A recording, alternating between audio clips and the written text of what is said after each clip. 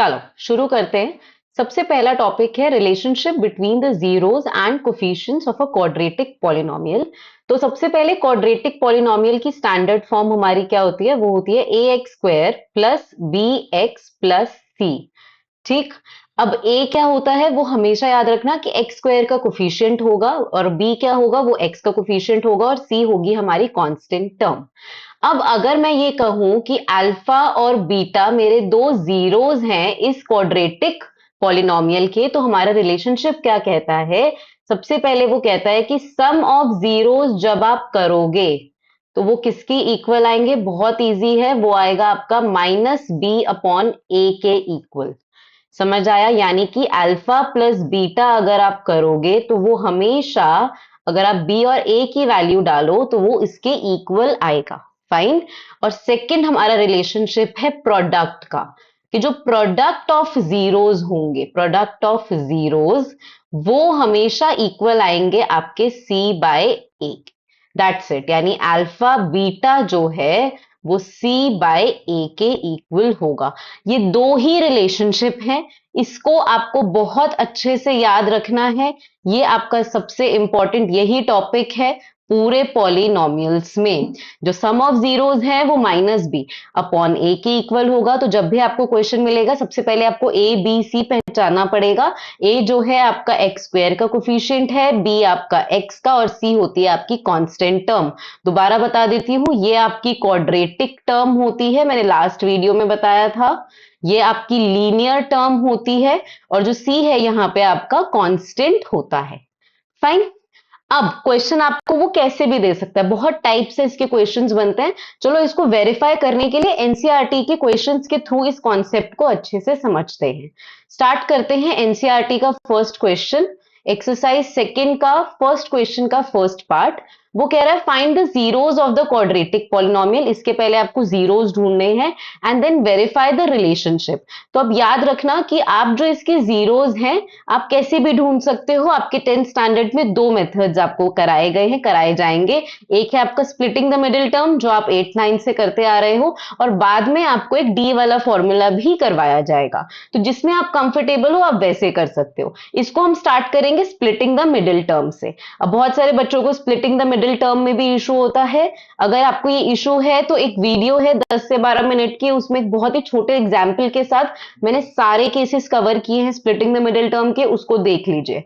अभी सिखाती हूँ क्विकली। बेटा स्प्लिटिंग द मिडिल टर्म का जो सबसे पहला स्टेप होता है वो होता है कि एक्स स्क्वायर के कोफिशिएंट यानी ए और कांस्टेंट को करो मल्टीप्लाई। यहाँ पे कुछ नहीं है, 1 मानेंगे तो 1 इंटू 8 क्या होता है? वो होता है 8।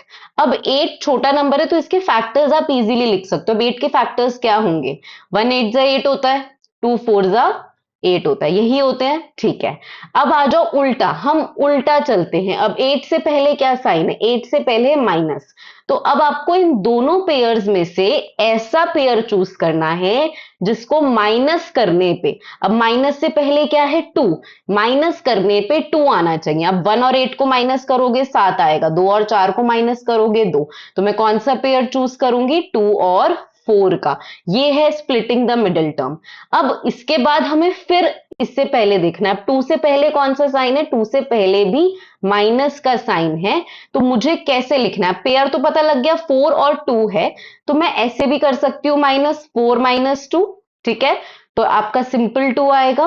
और अगर मैं करूंगी -2 +2 और -4 तो आपका -2 का आंसर आएगा, क्योंकि बड़ी डिजिट का हम साइन लगाते हैं और मुझे माइनस ही चाहिए। तो मैं कौन सा फैक्टर लूंगी? मैं फैक्टर लूंगी ये वाला। I hope splitting the middle term आपको आती है, क्योंकि बहुत इंपॉर्टेंट है ये टॉपिक। चलो लिखते हैं इसको। तो हम इसको लिखेंगे x square plus 2x minus 4x minus 8। अब कॉमन लेंगे इसके अंदर से, इसमें आपका x कॉमन आएगा तो अंदर आएगा x प्लस 2। यहाँ पे आपका -4 कॉमन आएगा तो अंदर बचेगा x प्लस 2। तो ये बचा x minus 4 and x plus 2। अब बहुत इंपॉर्टेंट चीज याद रहे, ये जो हमने निकाले हैं इनको हम फैक्टर्स बोलते हैं। ये क्या है मेरे? फैक्टर्स कहलाते हैं। क्वेश्चन अगर बोलेगा फाइंड द फैक्टर्स, तो आप यहीं पे क्वेश्चन को छोड़ सकते हो, बट हमें ढूंढने हैं जीरोस। तो जीरोस के लिए आपको क्या करना पड़ता है, x minus four equal zero, तो x की वैल्यू आ गई 4, यानी एक जीरो आ गया आपका 4, और दूसरा जीरो कितना आएगा, दूसरा जीरो आएगा आपका x इज इक्वल्स टू -2। ये होते हैं आपके जीरोस जब आप x की वैल्यू बताते हो। These are your zeros. ठीक। अब मुझे करना है verify the relationship between the zeros and the coefficients. तो अभी मैंने आपको क्या बताया, मैंने आपको बताया सबसे पहला जो है, लेट मी इरेज दिस, सबसे पहला है हमारा सम। सम मैंने आपको किसके इक्वल बताया, कि जो सम ऑफ जीरोस है that is equal to minus B upon A. तो आप मुझे बताओ इसमें ए बी और सी क्या क्या है। तो ए के आगे देखो कुछ भी नहीं है एक्स स्क्वायर का, तो 1, बी है आपका -2, और सी है आपका -8। क्लियर ये चीज। चलो, अब मैंने आपको रिलेशनशिप बताई कि जो सम है यानी अल्फा बीटा है वो माइनस बी अपॉन ए के इक्वल आना चाहिए। तो लेट्स सी आता है या नहीं आता है। तो सम लेते हैं जीरोस का, 4 प्लस -2, तो कितना आएगा 4 -2, दैट इज सिंपल 2 आएगा। अब माइनस बी अपॉन ए रखते हैं माइनस, और ये ऑलरेडी माइनस का साइन था, अपॉन में 1, तो कितना बचा +2, यहां पर भी +2 था, हेंस वेरीफाइड, ये तो वेरीफाई हो गया। ठीक। अब प्रोडक्ट भी देख लेते हैं। प्रोडक्ट मैंने आपको क्या बताया, प्रोडक्ट आपको बताया सी बाय ए के इक्वल। तो प्रोडक्ट अगर करें 4 इंटू -2, तो कितना आएगा -8, और सी बाय ए कितना है -8/1, जो कितना आएगा -8। तो हेंस वेरीफाइड। समझ आया इसको कैसे करते हैं, सिंपल। सम बोला है, जीरोस निकालो, सम में इक्वेट करो, और फिर देखो कि क्या वो -b/a के इक्वल आ रहे हैं। अगर नहीं भी गिवन, अगर क्वेश्चन आपका एग्जाम में सिर्फ ये आता है कि find the zeros of the polynomial, तो आप इसको वेरीफाई खुद के लिए भी कर सकते हो कि जो आपने जीरोस निकाले हैं वो कहीं गलत तो नहीं है। ये आपका पूरा कॉन्सेप्ट था। एक और एग्जाम्पल, एक बेसिक एग्जाम्पल लेते हैं, उसके बाद डिफिकल्ट क्वेश्चन के साथ इस क्वेश्चन को करेंगे। चलो, क्या है नेक्स्ट, 4s² -4s+1। तो सबसे पहला रूल क्या बताया मैंने, सबसे पहला बताया कि a और c को करना है मल्टीप्लाई। तो 4 इंटू 1 कितना होता है 4। अब 4 के फैक्टर्स लिखो, कितने होते हैं, 1 4 जा 4 और 2 2 जा 4, यही होते हैं। अब इस 1 से पहले देखो, इस 1 से पहले है प्लस का साइन, दिख रहा है, तो यानी वो फैक्टर्स लेने हैं जिसको प्लस करने पे, अब उससे भी पहले है, उससे पहले क्या है 4, प्लस करने पे 4 आए, कौन से वाले में आ रहा है, इस वाले में आ रहा है। अब प्लस करने पे 4 तो आए, बट साइन आए माइनस का, ऐसे उल्टा चलना होता है आपको, उल्टा उल्टा उल्टा चलना है। तो आपको माइनस चाहिए, अब 2 + 2 करोगे तो सिर्फ 4 आएगा, लेकिन अगर -2 करोगे तो माइनस का 4 आएगा। तो ये फैक्टर हमको लेना होगा। समझ आया। चलो, लिखते हैं फैक्टर को, 4s² -2s कॉमन लेंगे इसके अंदर से, तो 2s कॉमन आएगा, अंदर बचेगा 2s-1, यहां पे आएगा -1 कॉमन, तो यहां बचेगा 2s-1, तो 2s-1 एंड 2s-1। ठीक है। तो ये जो है हमारा वो केस है जिसके अंदर पॉलिनोमियल क्या एक ही जीरो आ रहा है। आप देख रहे हो दोनों सेम आ रहे हैं, तो पॉलिनोमियल का एक ही जीरो है, और वो क्या है, 2s-1 को इक्वेट करेंगे तो वैल्यू आएगी 2s equals to 1, s equals to 1/2। ये आपका दोनों यही जीरोस हैं आपके, 1/2। क्लियर। अब करते हैं इसका हम लोग रिलेशनशिप वेरीफाई। चलो, अब ये फ्रैक्शन में है तो फ्रैक्शन को देख के घबराना नहीं है। सबसे पहले हम करते हैं सम ऑफ जीरोस।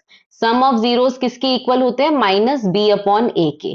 तो 1/2 + 1/2 कितना बनाएगा 2, 1 + 1 2/2 1, कट होके 1 बनाएगा। अब आ जाओ -b/a पे। अब बी ये कितना है यहाँ पे -4, तो -4 अपॉन ए कितना है 4, तो ये हो जाएगा 4/4, और ये भी कितना बनाएगा 1। हो गया वेरीफाई सम। प्रोडक्ट को वेरीफाई कर लेते हैं। प्रोडक्ट कितना है, c बाय a के इक्वल 1/2 इंटू 1/2 कितना होता है 1/4, और c कितना है 1, a कितना है 4, तो आंसर आ गया 1/4 and hence verified. I hope आपको अब ये टॉपिक क्लियर है कि कैसे हमको पहले जीरोस ढूंढने हैं, फिर उसको हमको सम और प्रोडक्ट के थ्रू वेरीफाई करना है। क्लियर। अब दो क्वेश्चंस करवाऊंगी डिफिकल्ट, जो बच्चे भूल जाते हैं कि इनको सॉल्व कैसे करना है। देखो वो सिंपल क्वेश्चंस नहीं है जो सिंपल आपकी प्रॉपर स्टैंडर्ड फॉर्म में गिवन हो। चलो अब इस क्वेश्चन में सबसे बड़ी गलती बच्चा क्या करता है, बच्चे करते हैं 6 और 7 को मल्टीप्लाई, उसके फैक्टर्स करेंगे, आंसर ही नहीं आएगा। आपको ये ध्यान रखना है कि ये जो पार्ट है ये आपका स्टैंडर्ड फॉर्म में गिवन नहीं है। स्टैंडर्ड फॉर्म हमारी क्या कहती है, स्टैंडर्ड फॉर्म कहती है ए एक्स स्क्वायर, यानी पहले एक्स स्क्वायर की टर्म होनी चाहिए, फिर होता है बी एक्स, मतलब फिर एक्स की टर्म होनी चाहिए, तो यानी पहले -7x आएगा और बाद में मेरा कांस्टेंट आएगा। कोई भी क्वेश्चन आ जाए, कोई भी, उसको आप सबसे पहले स्टैंडर्ड फॉर्म में लिखोगे और उसके बाद ही सॉल्व करोगे। अब ये क्वेश्चन आपका सॉल्व होगा, जल्दी से सॉल्व करते हैं। कैसे सिखाया, 6 और 3, सबसे पहले 6 और 3 को मल्टीप्लाई करना है 18, अब 18 के फैक्टर्स लिखने हैं, तो कौन कौन से होते हैं 118, 2 9 3 6, राइट। वो फैक्टर 3 से पहले देखो माइनस है, माइनस करने पे क्या चाहिए 7, तो कौन से वाला आएगा ये वाला, राइट। अब माइनस करने पे 7, 7 से पहले भी क्या है माइनस, उल्टा चलना है इसे, 7 से पहले भी माइनस है, तो अब 2 और 9 को कैसे माइनस करेंगे कि माइनस का साइन आए, तो 9 के आगे हम लोग माइनस लगाएंगे, राइट। चलो लिखते हैं। अब एक और चीज समझाती हूं, देखो इसके अंदर पहले आप 2 लिखना, 6x² है ना, इसके साथ आप +2x और फिर -9x लिखना। ऐसा क्यों, क्योंकि जब आप 2 को बाद में लिखोगे तो 2 और 3 में कुछ कॉमन नहीं बचेगा, आपको 1 कॉमन लेना पड़ेगा।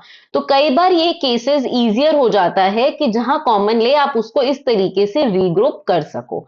अब अगर मैं इसको कॉमन लूं तो इसमें 2x कॉमन आएगा, अंदर बचेगा आपका 3x + 1, यहां पे माइनस है तो -3 कॉमन आएगा और अंदर बचेगा 3x + 1।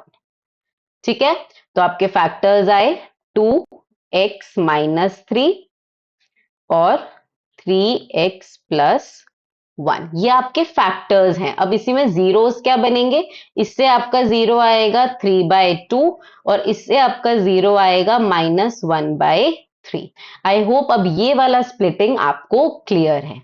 अब इसको वेरीफाई करते हैं जल्दी से। सबसे पहले करते हैं सम, तो सम ऑफ जीरोस मैंने आपको बताया, सम निकाल लेते हैं पहले।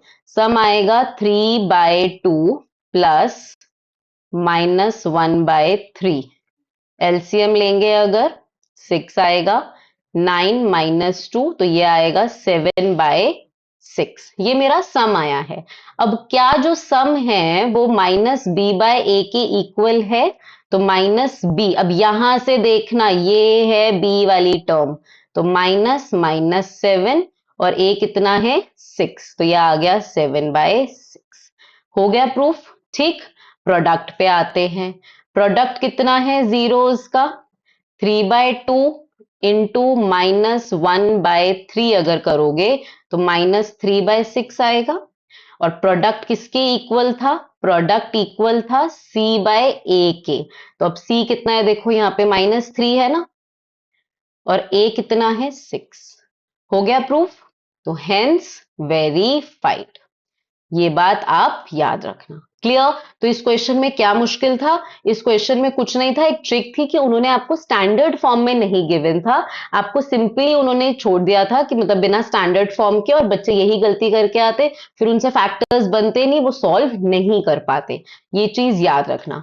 अब एक क्वेश्चन कराती हूं जो और भी स्टैंडर्ड फॉर्म में तो है बट अलग टाइप का क्वाड्रेटिक पॉलिनोमियल है। आ जाओ।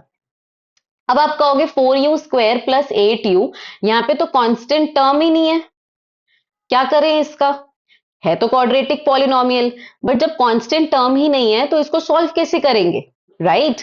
तो अब इस क्वेश्चन में हम नॉर्मल स्प्लिटिंग नहीं करते, हम देखते हैं इस टाइप के क्वेश्चंस में कि क्या हमारी कोई आइडेंटिटी लग रही है, क्या हम कुछ कॉमन लेके सॉल्व कर सकते हैं।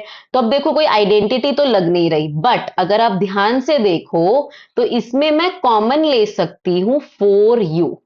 अगर मैंने 4u लिया तो इस पहली टर्म के पास सिर्फ u बचा और दूसरी टर्म के पास बचा 2।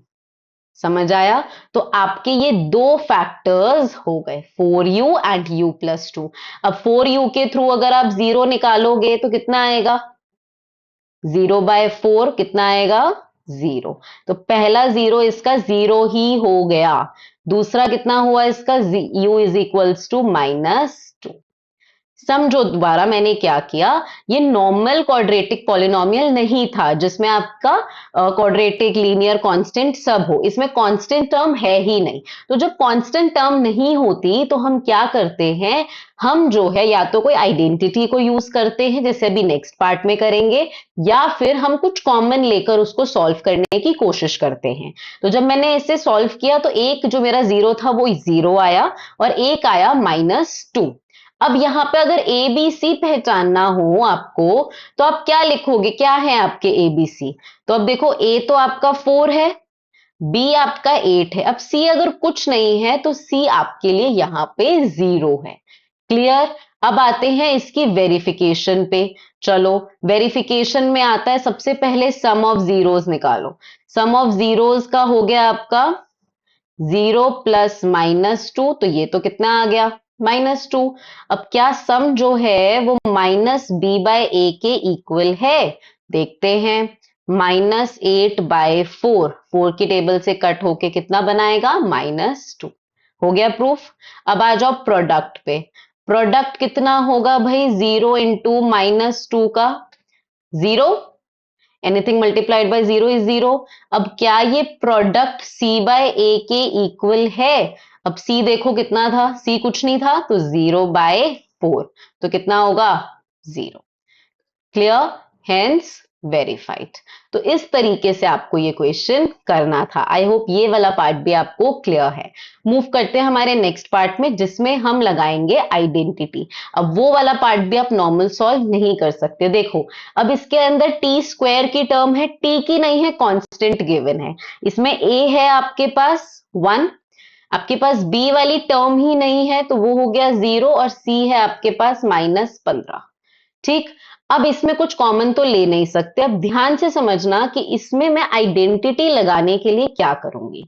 मेरे पास यहां पर एक आइडेंटिटी है और वो होती है a² माइनस b² की, जो होती है a plus b and a minus b. ठीक है। अब आप कहोगे कि चलो ठीक है, ये तो टी स्क्वायर में है, बट ये 15 तो स्क्वायर में है ही नहीं, मुझे तो b² भी चाहिए। तो क्या मैं 15 को इस तरीके से लिख सकती हूँ, √15 का होल स्क्वायर। भाई √15 इंटू √15 भी तो 15 ही होता है, तो क्या मैं इसको √15 का होल स्क्वायर लिख सकती हूँ, बिल्कुल लिख सकती हूँ। तो अब तो मेरी आइडेंटिटी बन गई ना, मैं इसको इस तरीके से लिखूंगी t² माइनस √15 का होल स्क्वायर। तो अभी आइडेंटिटी क्या बनी, a² minus b², that is a plus b, a minus b, यानी t plus √15 and t minus √15। ये मेरे दो फैक्टर्स आ गए। जीरो निकालना होगा तो क्या आएगा, इस वाले से तो आएगा t की वैल्यू -√15 और इस वाले से आएगी t की वैल्यू +√15। ये मेरे दो जीरोस हैं। क्लियर। कैसे किया, इस क्वेश्चन को दोबारा देख लो। मेरे पास कोई तरीका नहीं था तो इसको मैंने आइडेंटिटी के वे में कन्वर्ट करके किया। अब अगर मैं आऊं सम पे तो देखो इसका सम कैसे निकलेगा। सम होता है -√15 प्लस √15 का सम कितना होगा, माइनस प्लस माइनस कट होके कितना बना लेगा, 0। ठीक। अब आ जाओ, सम किसके इक्वल होना था, -b/a के। अब b की तो वैल्यू ही नहीं थी तो -0/1 कितना होता है, 0 ही तो होगा, है ना। अब आओ प्रोडक्ट पे।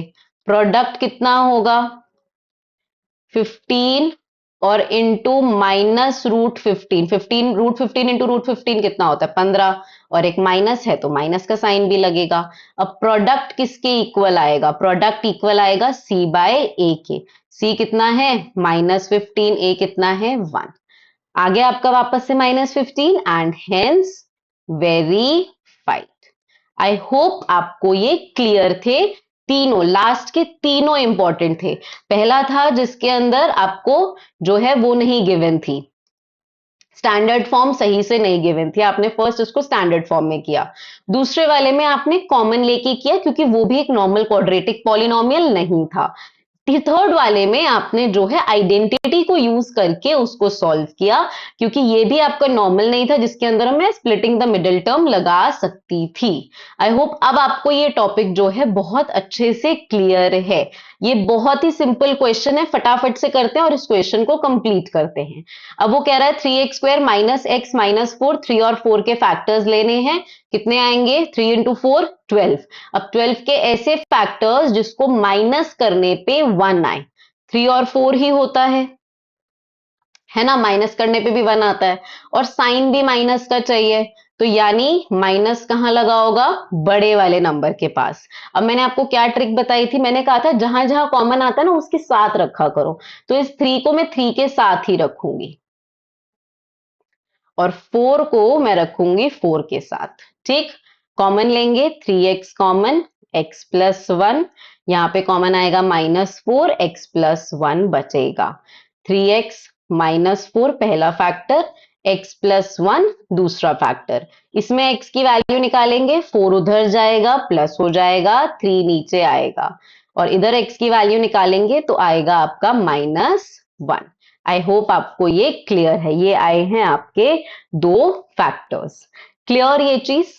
ठीक, अब फटाफट से इसका रिलेशनशिप वेरीफाई करके इस क्वेश्चन को और इस टॉपिक को खत्म करते हैं।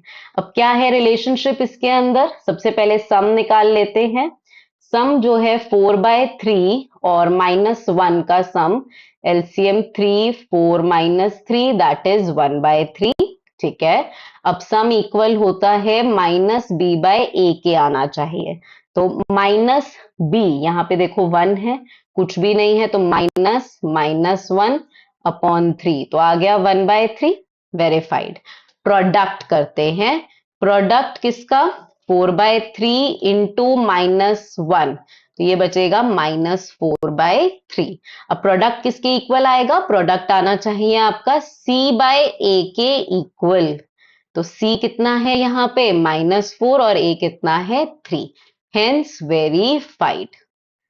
ठीक है, बहुत इजी क्वेश्चन था, ऑलमोस्ट 3 मार्क्स का क्वेश्चन। ये पूरा क्वेश्चन अगर आप लकी हो तो सिंपल क्वेश्चन आपका 3 मार्क में आ जाएगा बोर्ड में, जिसमें आपको जीरोस भी ढूंढने होंगे और आपको रिलेशनशिप भी वेरीफाई करना होगा। तो ये होता है आपका relationship between the zeros and the coefficients of a quadratic polynomial.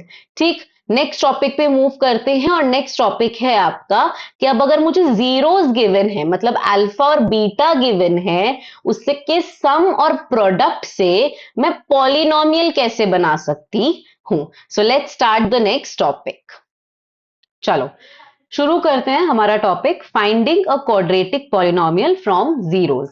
अब अगर आपको जीरोस गिवन है अल्फा एंड बीटा, अगर मैं उसका सम निकाल लूं और प्रोडक्ट निकाल लूं तो मेरे पास एक फॉर्मूला है जिससे मैं वापस से वो क्वाड्रेटिक पॉलिनोमियल बना सकती हूं। और वो क्या है फॉर्मूला, ध्यान से देखेंगे। सिंपल फॉर्मूला है आपका k bracket x square minus sum of zeros x plus product of zeros. समझ आया? कुछ नहीं है, दैट्स इट। ये आपका एक बेसिक फॉर्मूला है क्वाड्रेटिक पॉलिनोमियल वापस बनाने का। आपको क्या करना है, अगर मैं अल्फा बीटा की टर्म्स में इसको लिखूं तो ये सिंपल बनता है x square minus alpha plus beta x plus alpha beta bracket close. अब मैंने यहां पर ये k क्यों लगाया, ये मैं अभी आपको एक एग्जाम्पल के थ्रू समझाऊंगी। बेसिकली देखो, अभी समझाती हूँ क्या होता है। अगर मेरे पास एक टर्म है, लेट्स से कोई भी क्वाड्रेटिक पॉलिनोमियल लेते हैं, 2x square minus 4x plus 8।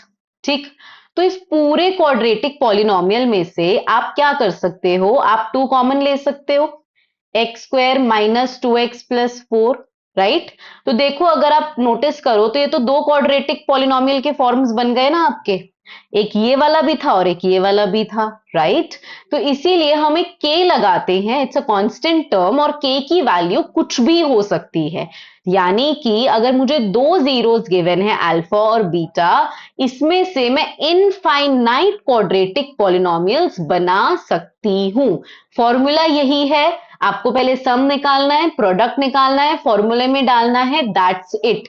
k की वैल्यू कुछ भी हो सकती है। यूजुअली जो है ये क्वेश्चंस आपके एमसीक्यू रिलेटेड होते हैं, वो हम कर लेंगे नेक्स्ट वीडियो में, बट अभी जो मैं करवाऊंगी आपको वो मैं करवाऊंगी एनसीईआरटी का ही क्वेश्चन। आ जाओ। Find the quadratic polynomial each with the given numbers as the sum and product। अब ये आपको अल्फा और बीटा नहीं गिवन है, ये आपको सम और प्रोडक्ट डायरेक्टली गिवन है। अब ये पेपर में आप बहुत अच्छे से ध्यान में रखना कि क्या आपको अल्फा बीटा गिवन है। अगर अल्फा बीटा होते तो सम अलग से निकालना होता, प्रोडक्ट अलग से निकालना होता। यहाँ पे डायरेक्ट गिवन है, मैं डायरेक्ट फॉर्मूले में पुट करूंगी। फॉर्मूला है मेरा, फर्स्ट पार्ट करते हैं। फॉर्मूला है मेरा के x square minus sum plus product. ठीक है, चलो।